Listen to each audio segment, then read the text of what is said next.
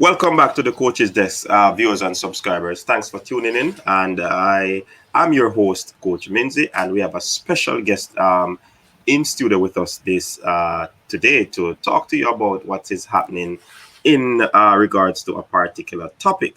And let me introduce the man to my left. You see the name on the screen in Neo Sovereign. However, he's a very strong supporter of the Coach's Desk. He's actually from North America, and he is an attorney by profession, and his name is Omar Rogers. And we know him on the Coach's Desk as Neo Sovereign, and he will be talking to us about things pertaining to the JFF and in particular the bylaws. Very, very important topic that I believe, and he also believes that the footballing public should be aware of where when it comes on to the Jamaica Football Federation and the Reggae Boyz. Neo Sovereign, welcome to the Coach's Desk. Hey, Coach, thanks for having me on, man. You know, as you said, very, very strong supporter of Coach's Desk. And all of you guys on YouTube who have really brought a lot of things to the attention of the public, to the fans of the Reggae Boyz. Lifelong Reggae Boyz supporter. When the Reggae Boyz qualified in 1998, I was at UA, and everybody was excited. The vibes are really good, and you know, I long for that feeling. And I'm hoping that between the Gold Cup and the World Cup qualification, that we can, you know, reestablish that footballing greatness that we had. You know, one of the things that you know, I think it's an important topic, the issue of the JFF bylaws. You know, because, you know, they're definitely, your bylaws is like the skeleton of your organization. You know, it talk about your objectives, things that you want to do. So I feel like if we don't have the right objectives and the right organization, then it kind of, you're on the field with one leg tied behind your back, you know. So I hope people will take some time to go to the JFF website, because they put their bylaws and articles of incorporation there for a reason. Exactly. All right. Thanks, dear Neo. And let's get right into it, though. Could you talk to us about the matter of the bylaws? You just give a little synopsis, but could you delve into it a little bit more so that the persons who are viewing right now will understand what the bylaw is really about? All right. Well, let me just say this general disclaimer first. So, you know, obviously this is not meant to give anybody legal advice. I'm really coming to it as a fan and an attorney. Right. You know, so I just wanted to put that out there. Also, I don't practice law in Jamaica, so some of my attorney friends in Jamaica might hear a few things that I miss here and there. But generally speaking, the bylaws is what is written on the paper, and I am here to help people interpret it. Right? Okay. So from my understanding and reading of the bylaws, the JFF is a non-profit organization. Right? So that means that its goal is not really to make a profit, right? It is, you know, we all know it is there to promote Jamaican football. Right? So one of the things that caught my eye immediately about the bylaws was its objectives. Now, I don't think I'm going to go through all of the objectives. I just wanted to talk about the ones that I thought were really important. So the first one is, it says to develop and promote the game of football in Jamaica, foster the playing of matches nationally and internationally, to improve standards and enhance the image of the game. And importantly, and we've discussed this, you know, on Coach's Desk too, one of the objectives is to prevent racial, religious, or political discrimination or distinction among players, right? Another one, which is really important to objective, it says to ensure all parish associations and football entities adhere to the objectives and rules of the JFF and FIFA, right? Okay, so Another thing that can be a little bit confusing is that, the JFF have posted on their website, they have their bylaws as well as they have their articles of incorporation posted, right? So both documents are important, but the bylaws really have to do with, the goals of the nonprofit, the objectives, the organization, whereas the articles of incorporation really has to do with the governance of the organization known as the JFF, right? So the JFF consists of 13 parish associations and other affiliates and interest groups, that are connected to football in Jamaica. The bylaw says that the parish associations are supposed to pay a subscription fee to the JFF, right? And in turn, it says the JFF is responsible for distributing money it receives from FIFA for football development to the parish associations. I think an example of that is recently the JFF received maybe, I'm not sure the amount, might have been 500,000 US dollars for COVID relief. Okay. And they were, it helped, and they were able to give some money to the parish associations when football was locked down, right? So let me go on. All right, so according to the bylaws, the governing bodies of the JFF include the legislature, which consists of the members in general meeting, right? The executive, which consists of the board of directors, and the administrative, consisting of the national secretariat. So those three groups really are the ones that control the JFF, right? As well as the president, of course. Let's see. So it says so the national secretariat is headed by the general secretary. And it says the director shall appoint the national secretariat, which shall be comprised of all the professional, technical, and clerical staff of the company. The reason I wanted to highlight that is that even though you have the members in the members which consist of the parish association heads, and the executive, which consists of the board of directors, it's really the national secretariat and the general secretary who, they're the ones who run the JFF on a daily basis.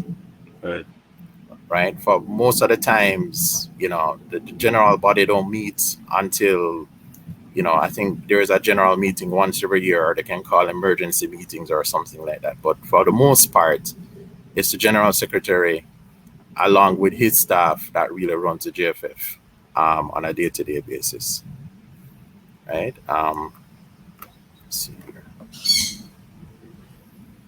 So, right, another thing is that, even though the bylaws spell out certain groups to,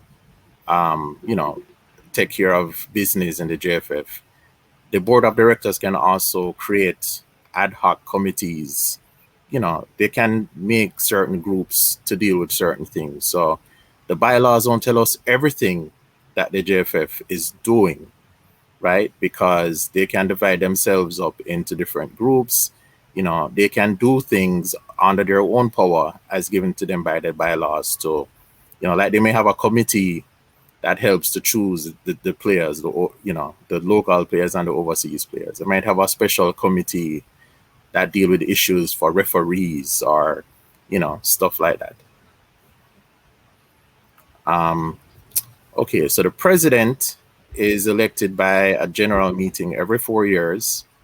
The candidates for president and vice president must be submitted by at least 4 members from 4 separate parish associations to the general secretary 45 days before the special meeting. It says, no nomination shall be accepted on the floor of the special meeting, and the general secretary must submit candidates' name to all members 30 days before election.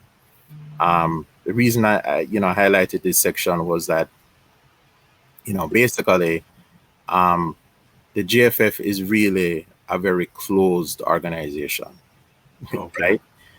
the way the thing is structured is that if you're not really a member of the parish association and you're not already a member of the JFF, it is virtually impossible for you to actually get in there and become president, Mm-hmm. and Okay. be able to change the direction of the JFF. So basically, you have to go through the channel that is established. Yeah, and it's not even just that the channel that is established is that you have to have strong relationships with the parish association heads, Right. and if you don't have those things, you're not going to be president, even if you have good ideas and strong football knowledge, Mm-hmm. right? And maybe you run an academy or something like that. you know, you're not going to become president, because the fact of the matter is either you're going to get there based on, your strong relationships with the parish associations, or maybe you can come in there with lots of money, you know, um, in which case, I don't know, maybe there is a possibility. But I really consider that a weakness, because as long as it is closed in that way, it is too hard for new ideas and fresh blood to come in there and really do something. And even if you happen to go in there and you're not a member of the parish associations and the closed group, you know, um, even if you manage to become president, it is going to be very hard for you to do anything, right? Um, I think about Captain Burrell. I don't get the impression that Captain Burrell was really, a member of the parish associations. I think that he was a very charismatic leader with a very strong personality, and he was able to herd the cats just Mm-hmm. by, the force of his personality. Right. Um, Captain Burrells are hard to come by, right? And I talk, praising Captain Burrell. There are people who will say that what we're looking at as the bylaws and some of the way the organization is structured is because of Captain Burrell and his autocratic tendencies. He had to be a strong man in order to get things done. Some people believe in that sort of thing. Um, my personal view is that you have to reorganize and restructure um, the organization so that things work even when there is not a strong man, right? Right. Anyways, let me go on. There is no term limit for the president or the vice president, which is also probably not a good idea because that also means that you know you can stay in there forever, perpetually, and no new blood, no new ideas. That's not a good thing. Um, Right. all right. So it says that the president, the vice president, or any member of the board can be recalled by 2/3 votes of the members, or by a vote of no confidence by 3/4 of the board. I I seem to recall maybe at some point they tried to do this. I'm not sure if it was successful. Um, if there are any watchers of the program who know the history of the JFF, they could definitely let us know whether or not there's ever been an attempt by the members to recall the president or to have a vote of no confidence. Like I said, I remember faintly somebody that they tried to do it on one occasion. I don't know if it was successful. Says that the president shall preside at all general meetings. The vice president can represent him in his absence, and the president shall have a vote at all meetings. And whenever there is a tie in voting, the president can he can cast the vote that breaks the tie, right? Um, okay, another important thing is it says the board of director consists of the president, vice president, and one representative from each parish association, right? Let's see. Okay, so one of the things that I spoke about before on coach's desk was also the paragraph 15F, which gives the board of directors the ability to create a special register of players. It says that the board of directors may decide to create a special register of Jamaicans overseas and or professional players whom do not belong to a local club and wish to represent a parish or the national team. That's a very, you know, in my opinion, um, uh, I don't think any of these guys who manage to, anybody from the UK or anybody locally, I don't think you get to play for Jamaica unless your name is added to the register of players. Um, and also I think that the register of players, I think, is quarterly they can add people to that register of players. In my opinion, they I think they can do things differently, but I believe that one of the reasons why you don't see a lot of names come up as quickly as we would like is because they have to wait every 3 months before they can add players' names to that register. And unless the player's name is on that register, the player cannot represent us, right? Cannot represent us in a friendly or in some competition. I don't know, I may be wrong about that, but that's just my suspicion, because we're always wondering what's taking so long. We're always mystified as to the process of the selection of players, right?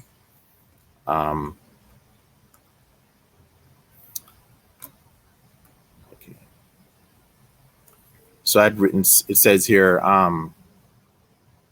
the board of directors shall meet at least once every 3 months, and a quorum of 50% plus one voting members must be present to take action. So this is where, of course, as I just mentioned before, this is the reason why I'm thinking that, they can have an emergency meeting where they add names to that register. But in the ordinary course of business, it's only every 3 months they can add the name to it. And again, I would like to know, maybe viewers know, maybe other people on your panel know, if players are selected whose name are not on that register, right? Okay. So the bylaws don't specify any criteria for the addition of names to the register of overseas players. However, the members in the general meeting may come up with criteria or produce rules which they use internally to determine which players may be added to the register and grant any circumstances under which a coach may invite a player to play for the national team. So like I said, it is, in my opinion, there need to be some sort of criteria mentioned in the bylaws. Okay. If it's up to me, I think you'd want to have that in your bylaws sort of for clarity. Right. You would end a lot of debates and infighting, right? So I just incidentally, there was a newspaper article recently, and I think one of the other guys from Primo Vision site did a show on it briefly too, where apparently the JFF is forming some kind of committee to investigate or to improve their governance, right? So I think that the JFF is listening to us. I think a committee like that, and I think Mr. Samuda was on that committee. His name stands out. I think that JFF is listening, and I think that there is some reason for hope that they're taking seriously the idea that changing their bylaws or reforming it would actually have a better outcome, not only for them in terms of the way the public criticize them or speak about them, but it would also have a positive impact on our national team and the game of football in Jamaica. Right? Yeah, man. Happy that they're listening. Yeah, man. So let me see here. Okay, so I remember this coming up on several shows people talking about whether or not the technical director is a person who helped to select the players, right?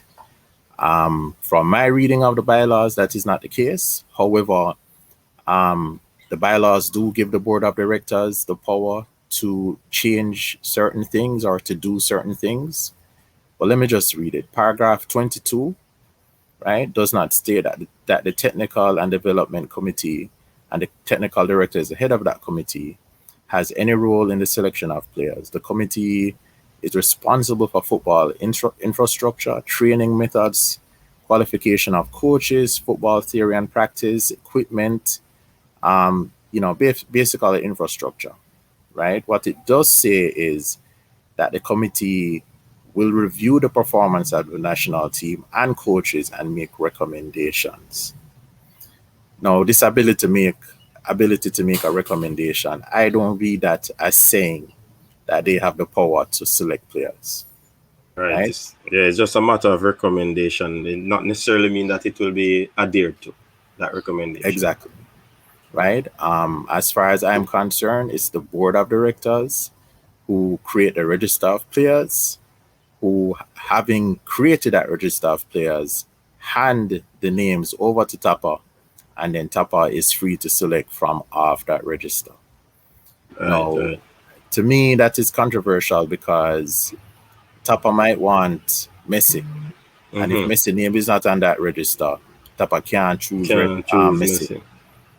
right? But So, is there a loophole in that though, where the coach would be able to possibly make a recommendation? well, I am sure that the coach can make recommendations to the board of directors. I also, as I said before, the board of directors have the power to give that power to the coach, meaning they can say any name that the coach suggests, we will add to the register.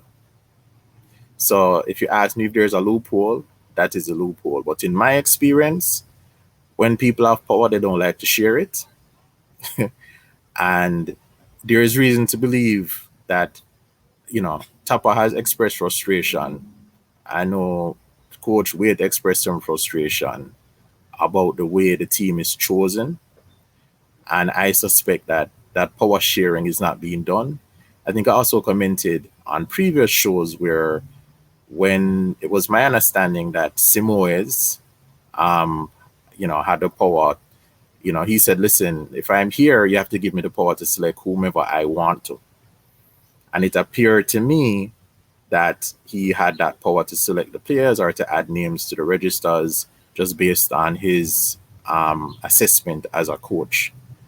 There are things that we can get into, that we will probably get into later, which I think is something that is inhibiting or causing some conflict with what the coach might want and what the board of directors might want.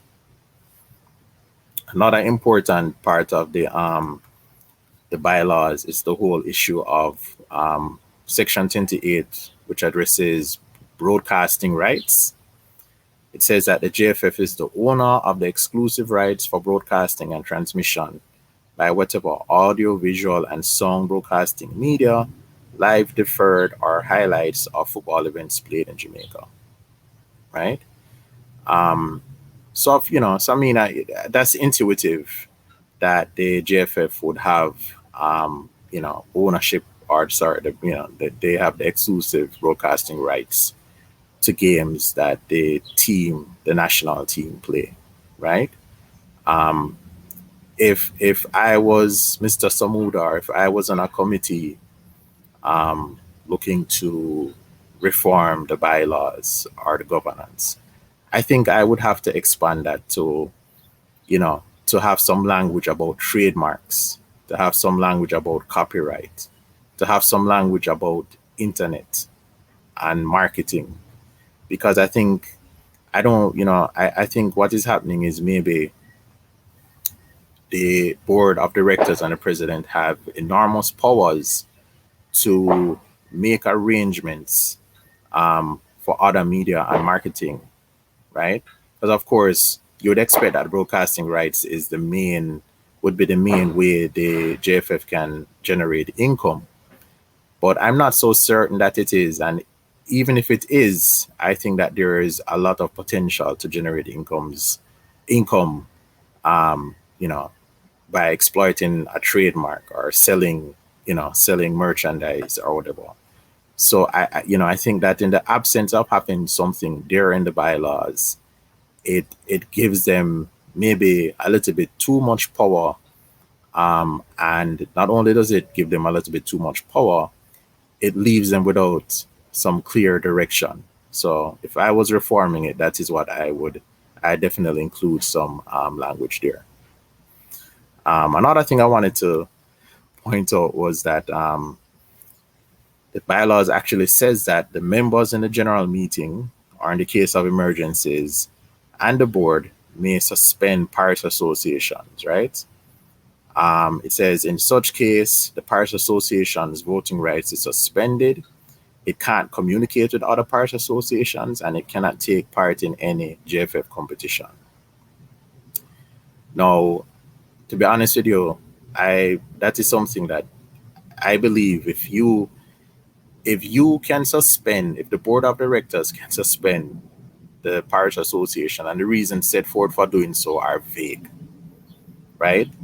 This also means that you might have a parish association head who wants to speak up about certain things that are happening in the JFF and who wants to make recommendation. And essentially, the bylaws are saying that if a man open his mouth, them can silence him. Yeah. So, I mean, to me, that particular section in the bylaws, I think it is susceptible to abuse, and certainly you should have the JFF having some powers over the parish associations. But I think you might have to reform it and spell out more clearly how a parish association could be suspended. How long they'll be suspended for. To me, as I said before, that would definitely be something that any governance committee should be looking at to reform, right? Okay, so the JFF also published its articles of incorporation. I think I mentioned that before. The difference between articles of incorporation and bylaws is that articles of incorporation are the official formation documents you must file with the government, right? Now, people are always asking, who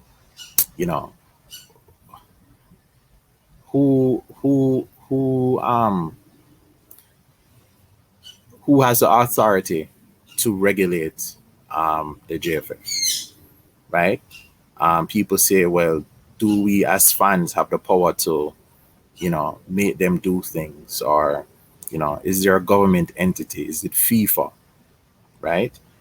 And I will say to that to varying degrees, all of us, meaning the public, FIFA, as well as the government, have ways to regulate the JFF, right? Once you're registered as a corporation in Jamaica, you're subject to something that is called the Companies Act, right? Okay. And in the Companies Act, you have certain fiduciary duties that you have to do once you're a member of a corporation, good faith and fair dealing. And I'll get into that later, right? But what I wanted to point out with the Articles of Incorporation, right, is that it specifically addresses the disqualification of directors at paragraph 56. It says that a director can be suspended or removed if they become bankrupt, right? If they are of unsound mind, if they resign their office, right? If the director is directly or indirectly interested in any contract with the company and fails to declare the nature of his interest in manner required by Section 188 of the Companies Act. Now, that is a very important provision. Let me read it again. It says that a director may be removed if the director is directly or indirectly interested in any contract with the company, meaning the JFF, and fails to declare the nature of his interests in the manner required by the Companies Act. Right? So just let that dwell on your mind a little bit, because I know we've spoken in the past about issues about conflict, self-dealing and stuff like that. So, there is a mechanism in the Articles of Incorporation which permit the members, the JFF as an organization, to get rid of the bad eggs. Whether or not it wants to get rid of the bad eggs is a different question, right? So, Which I so in other words, based on what you just explained there about the different entities that they would have been answerable to, in layman's term, they're answerable to the fans or the public. That's essentially what you're saying. yes, and the government, Mm-hmm. right? As well as they're answerable to themselves in the sense Right. that, you know, if people are doing things that are not in the interest of the corporation, self-dealing or engaging in interested transactions, meaning basically self-dealing, then the board can remove them. Right. The problem with it is, and they're required to remove them too anyways, but the problem or the potential problem is that because of the closed nature of the organization, and because everybody are so intertwined and entangled,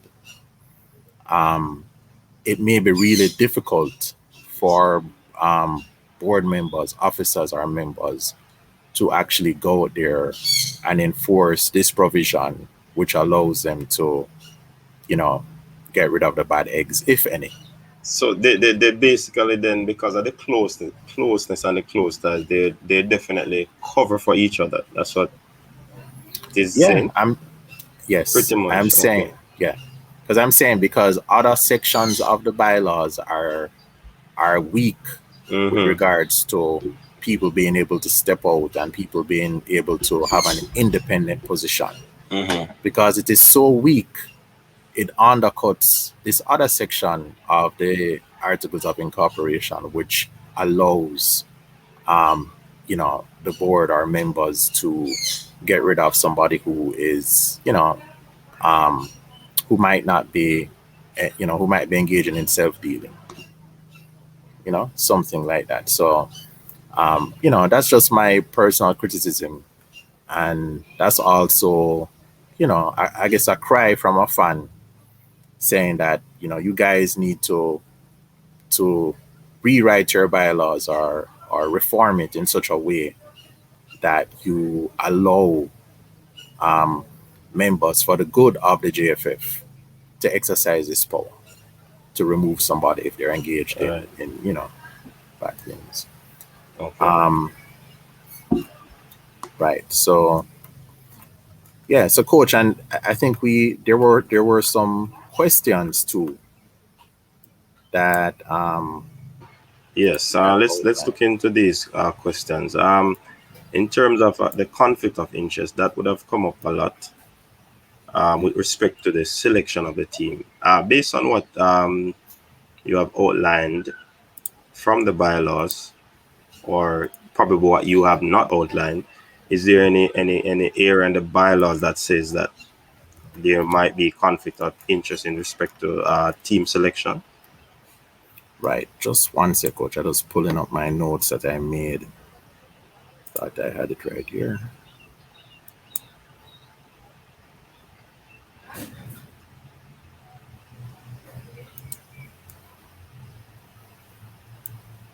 All right, folks, I'm certain that you are enjoying this bit of, information. Definitely. It might not go down many of your streets, but I think it is a critical information that the stakeholders of the football should be aware of. You know what I mean? So you are being informed about the run-ins and dealings of the federation.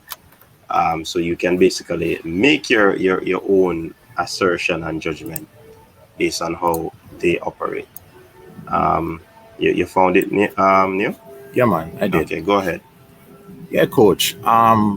So generally speaking, um, the as I just read, the articles of incorporation talk about interested contracts or um, members of the board not disclosing, you know, conflicts of interest with regards to certain contracts that the JFF may enter into, right? We also mentioned the fact that, basically the board of directors have the ability to really affect which players are selected. And, you know, those two things, um, those two things demonstrate that, you know, the bylaws and articles of incorporation want to address the issue of conflicts of interest, right? Um, as well as there are, like I said before, the Companies Act also regulates the JFF, and there are sections in the Companies Act which prohibits, self-dealing and conflicts of interest, right? Um, so let me see here, just one sec.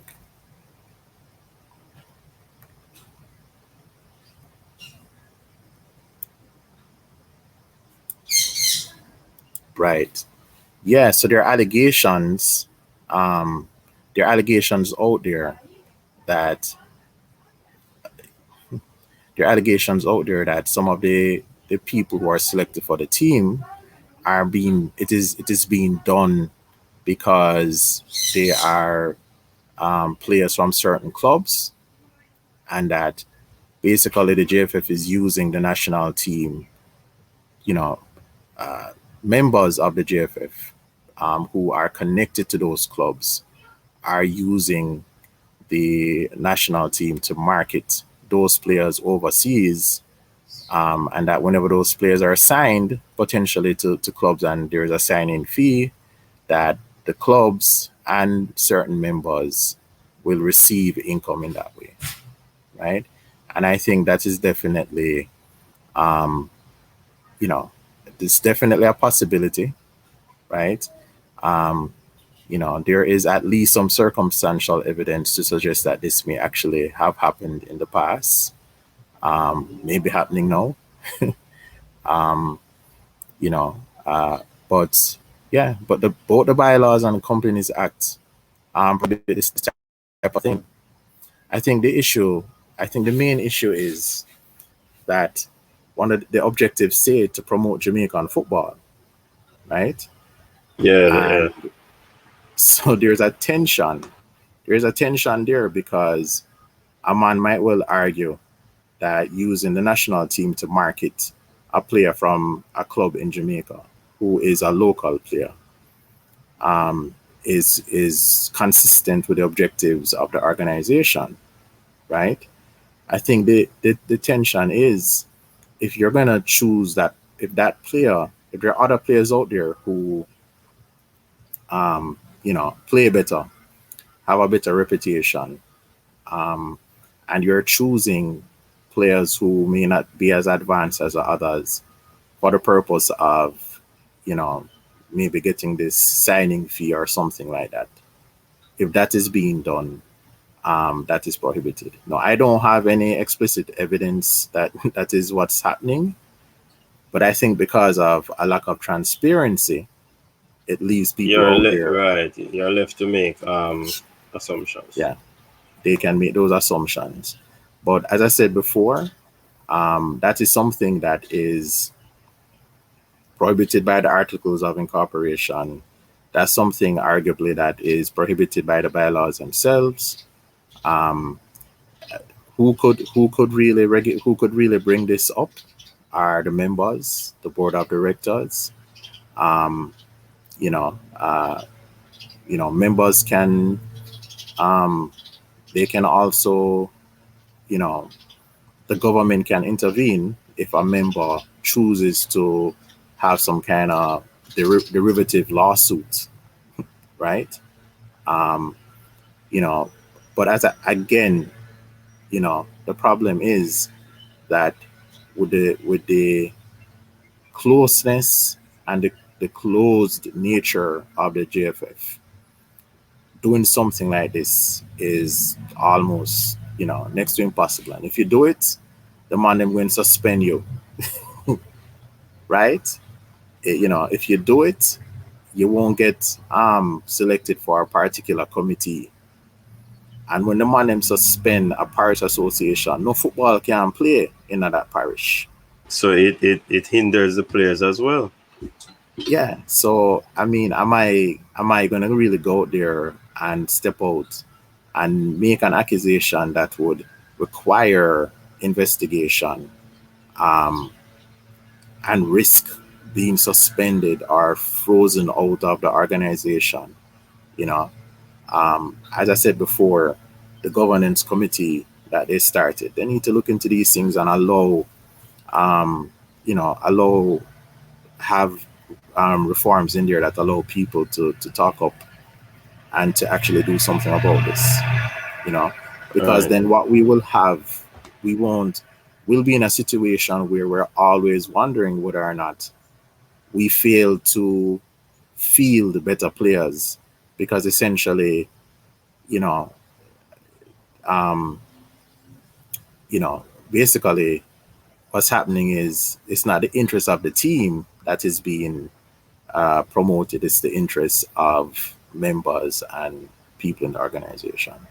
Right. Solid point. Now, I know that there was this talk of the quota system, which was made mention of the junior teams. But is a quota on UK based players a violation of the objectives of the bylaws? Coach, I will say, I would definitely say that it is a violation, but it's not so simple, right? So the bylaw specifically prohibits racial, religious, or political discrimination or distinction among players, right? The prohibition against discrimination based on national, or ethnic origin can also be inferred from this objective, Mm-hmm. right? So in a Jamaica, the whole way a black man, some of we might, I mean, a little bit red, but when you step out of Jamaica, you're just as black as every black Jamaican. You understand? So it's not Yes. really an issue of race. I see where the UK players are involved is an issue of national or ethnic origin, right? But as I said before, that prohibition against discrimination based on race, I think also, addresses the issue of discrimination based on national or ethnic origin, right? Um,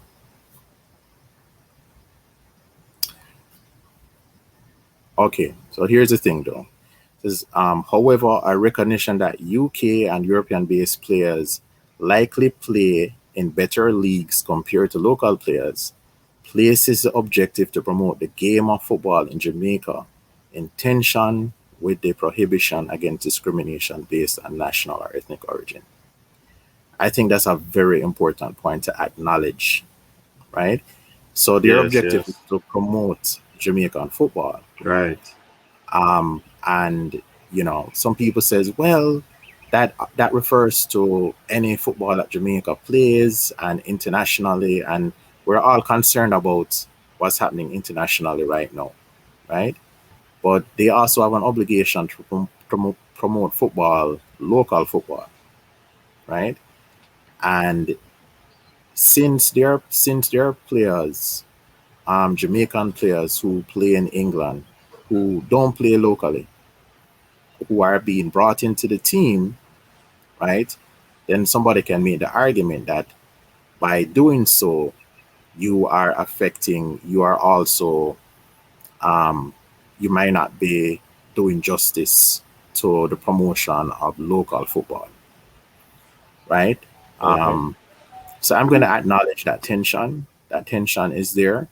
I think that people have said on the panel, I have said before that I think that tension can be resolved by the fact that the better the national team does and the more recognition Jamaican football as a brand internationally gets, is going to that's going to benefit the local players because Right. it's going to bring more money. It's going to bring more money to the JFF, more money to the parish associations, more recognition of Jamaica as a footballing nation, possibly more scouts and better agents, right?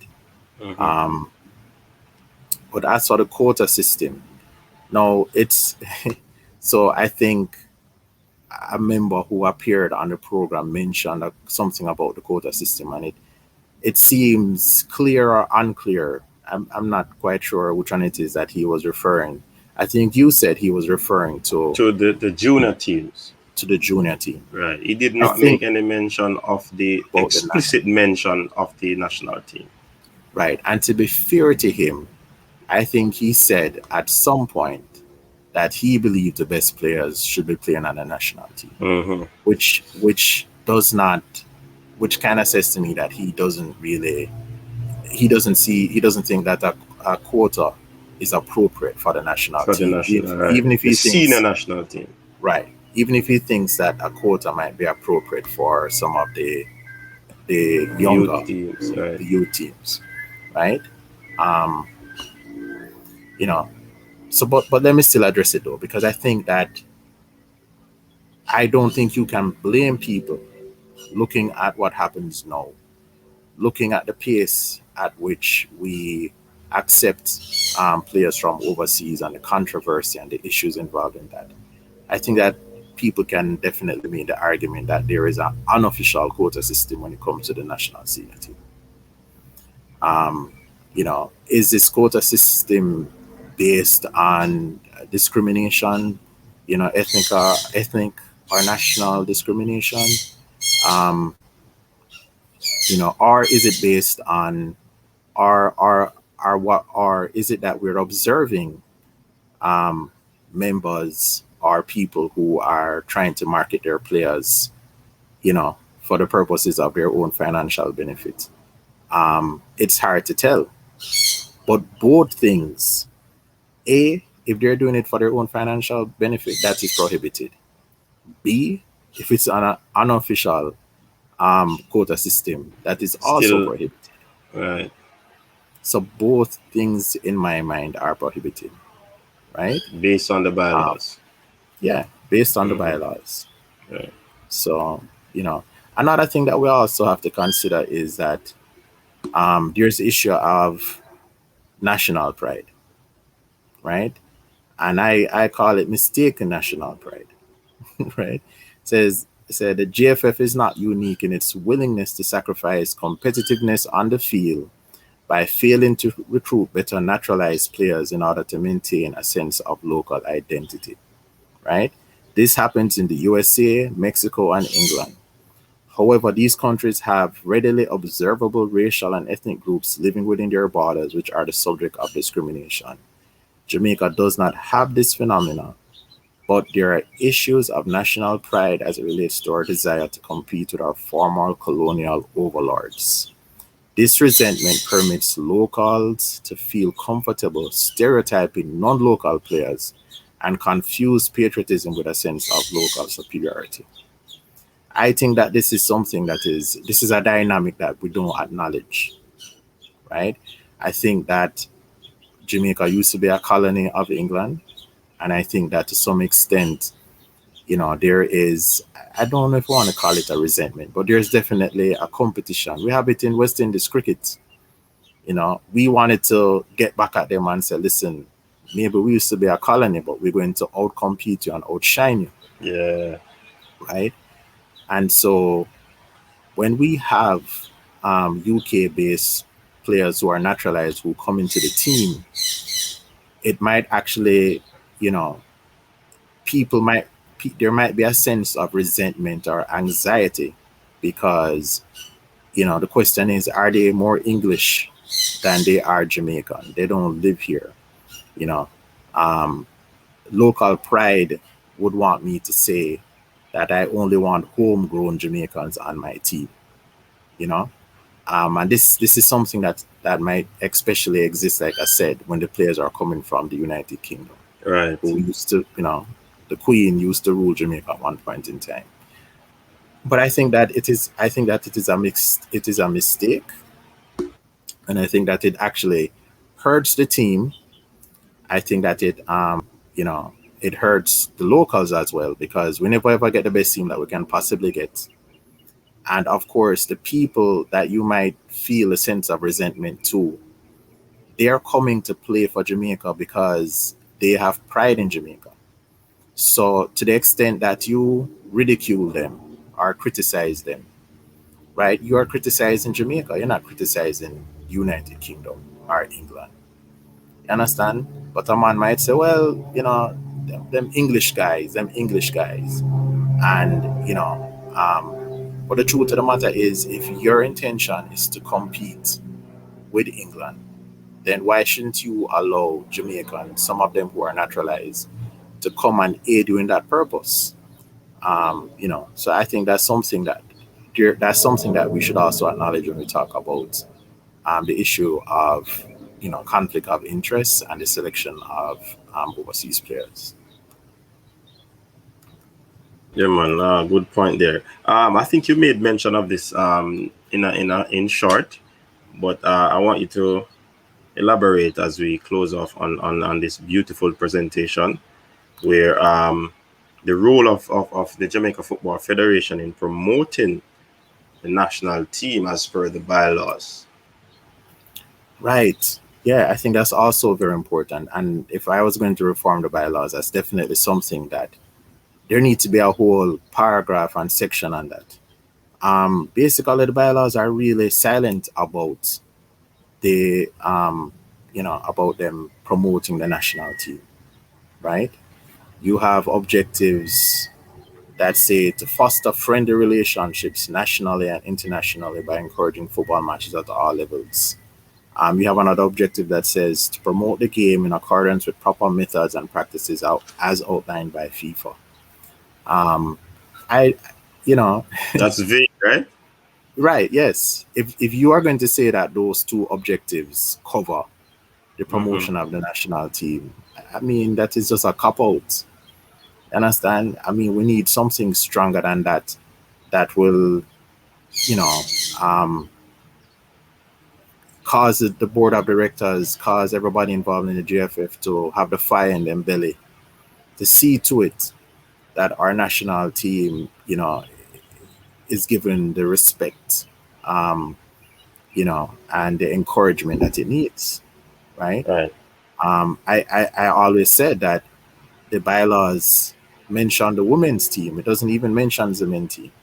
Right, Neil. I want you to make mention of that really and truly, because I went through the bylaws myself. We had a show on it where we basically skim and scan through it. But I only heard the female team being mentioned for real. And there are different stages of national teams. I think you have the U15, the U17, the U20, U23, and nothing was being made mention of those teams. And also on the female side of things, you didn't hear anything on those teams as well. So is it I skewed a particular way for a you know, particular I benefit? I think that I don't think that I wouldn't use the term skewed. I Okay. think that they may have made special mention of the women's team because at the time the bylaws were written, or whoever wrote the bylaws may have been of the mind that everybody knows that we want to promote the men's team. Okay. We So it's don't have to based on say it intention. right. We don't have to say it specifically because everybody know that's what we want to do. And so you can infer from this entire document whatever you need to infer for the promotion of the men's team. However, the ladies historically have not been given the attention that the men have been given. And so the insertion of a special section that addresses the women's team is making, is to address that historical disadvantage that the women's team may have had, right? Nevertheless, coach, as you mentioned, we cannot leave it up to intention. The bylaws is your governing document. The bylaws need to include the promotion of the men's team and the female team, and it need to spell out what that what are we going to do to promote it. Do we just pay attention to it every 4 years? um, are we obligated to raise money for the team in advance, or do we go crying to sponsors every 4 years? I mean, these are issues that need to be addressed and reformed, in my opinion, in the bylaws. And again, I hope the governance committee that they convened recently will look into this. I am not certain that the purpose of the governance committee is to modify or reform the bylaws. But if anybody is watching, I am hoping that they also interpret it as within their purview to look at those things. It will benefit the JFF, it will benefit Jamaican football, and it will definitely benefit us as the fans. All right, well said. So, people, there you have it. A wholesome, if you wanting of a better word, expression of Neo's thoughts on the bylaws and the articles of incorporation. I think it was a comprehensive presentation, and like I said earlier, that these are the things that the fans should want to know about, so that they could be au fait with what is happening, how the process of selection is done, what the BOGs can do, what is the purpose of the GenSec, which is very important. I think based on what you said, the GenSec basically is the man that does the work with the other members of the team, the role of the president and all these things. So invariably, it is a very, very, very useful presentation. Yeah, I really appreciate you stopping by over here on the coach's desk just to share this bit of knowledge, so that our viewers and subscribers, and even those who have not subscribed as yet, would be able to have an understanding of what basically is happening in the JFF. So now that you know, people, I want you to throw your comments down below in the comment section on what are your thoughts, any ideas you'd like to share, because as we know, the YouTube content creators are making a difference in terms of allowing the hierarchy or the JFF to look into things, tweak things a little bit here and there. So these presentations like these are very useful to highlight some stuff that they could be able to go and restructure the whole bylaw, and definitely having it in such a way that you don't leave out anything or leave anything for interpretation, for intention, or for persons to think otherwise. You know what I mean? And the members themselves of the JFF might not realize what powers they have or do not have. Thank you. Yeah, man. So again, Neil, I really appreciate it. Really appreciate you stopping by. I just want to give you the opportunity to share your final thoughts before we close off this broadcast. Yeah, guys. As Coach said, I agree with him 100% that it is very important to understand the bylaws and the articles of incorporation. Sometimes we feel powerless, right? But knowledge is power. So now, hopefully I have, given people a little bit of knowledge, and a little bit of knowledge is dangerous, right? Every little wave can cause a tsunami. So now that you're equipped with this information, who knows? People might go out there and put pressure on the JFF. Members might do it themselves. It might cause, the general secretary, the president, and other people to reassess the situation Mhm. But at the end of the day, I just have to say it to the JFF in particular that this is constructive criticism. It is not my Right. intention to try and, bring down the No. organization. Mhm. Far from that. Um, all of us fans want the best for the team. And so that is the spirit in which I agreed to do this presentation. Well, thanks much again. So, people, there you have it. Our attorney Omar Rogers, aka Neo Sovereign, passing through the coach's desk, and he spoke on the JFF bylaws and the articles of incorporation. And might I just reiterate the fact that he made mention of it's not about tearing down, it's not about bashing, but it's about fans sharing their point of views to ensure that it will reach a particular place where the adjustments can be made if necessary, with this important topic of the bylaws. Thanks again, people. It was a pleasure having you. Definitely, we'll do this again in another manner, in another fashion. Like I said, I always say, stay safe and peace out.